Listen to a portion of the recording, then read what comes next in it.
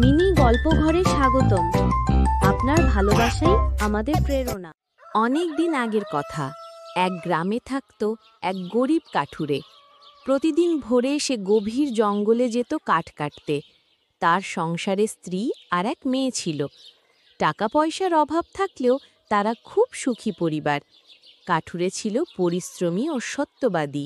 একদিন সে আগের মতো কাঠ কাটতে জঙ্গলে যাচ্ছিল। আজ অনেক ভেতর পর্যন্ত যেতে হবে, বুঝছো গিন্নি? ভালো কাঠ পেলে বেশি দামে বিক্রি করতে পারবো। দেরি হলে টেনশন করো না। আচ্ছা, কিন্তু সাবধানে যেও। বিপদ দেখলে আল্লাহকে স্মরণ করবে।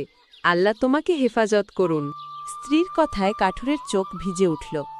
মনে ভরসা নিয়ে সে রওনা দিল গভীর জঙ্গলের দিকে। সে হাঁটতে হাঁটতে গভীর জঙ্গলে চলে গেল। কাঠুরে কুড়াল নামিয়ে কাঠ কাটতে শুরু করল। হঠাৎ কাঠুরে একটু দূর থেকে কিছু শব্দ শুনতে পেল। মনে হলো যেন লোহার খাঁচা কেঁপে উঠছে। এ কোন শব্দ? জঙ্গলে এইভাবে শব্দ আসছে কেন? সে কুড়াল নামিয়ে ধীরে ধীরে শব্দের দিকেই এগিয়ে গেল। প্রতিটি পা ফেলতে ফেলতে বুক ধকধক করছিল। হঠাৎ দূরে একটা খাঁচার ভেতরে এক বাঘকে দেখতে পেল। বাঘ তাকে দেখে ডাক দিল, ভাই কাঠুরে, ভয় পেও না। আমাকে দুষ্টু শিকারীরা বন্দী করেছে। আমার পরিবার আমার অপেক্ষায় আছে। আমি নির্দোষ, আমাকে মুক্তি দাও। কিন্তু যদি তোমাকে ছেড়ে দিই, তুমি তো আমাকে খেয়ে ফেলবে। না ভাই, আমি প্রতিশ্রুতি দিচ্ছি, তোমাকে খাওয়া হবে না। তুমি শুধু আমাকে মুক্তি দাও। আচ্ছা, যদি তুমি প্রতিশ্রুতি দাও, তবে আমি তোমাকে মুক্তি দিচ্ছি। কাঠুরে খাঁচা খুলে দেয়। বাঘ বের হতেই তার চোখ লাল হয়ে ওঠে।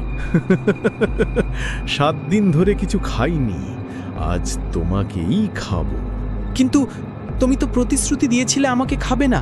প্রতিশ্রুতির দাম আমার কাছে নেই। হায় আল্লাহ, এখন আমি কি করব? কে আমাকে এই বিপদ থেকে বাঁচাবে?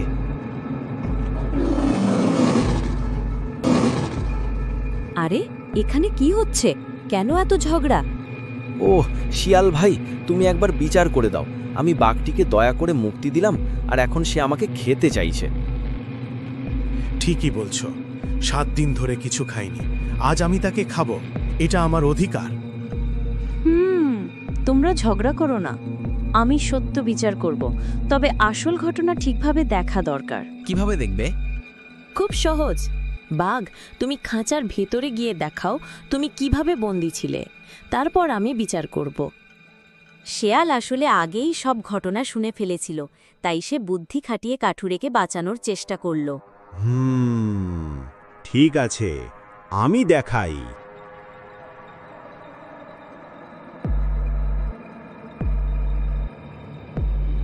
বাঘ ঢুকতেই শিয়াল ফট করে দরজা বন্ধ করে দেয়। এখন সত্য প্রমাণ হলো, যারা প্রতিশ্রুতি ভঙ্গ করে তারা মুক্তি পাওয়ার যোগ্য নয়।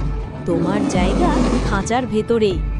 ধন্যবাদ শিয়াল ভাই, তুমি না থাকলে আজ আমি শেষ হয়ে যেতাম।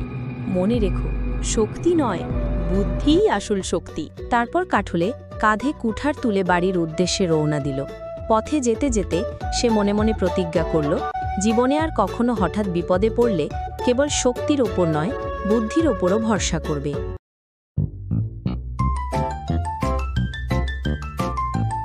Subscribe.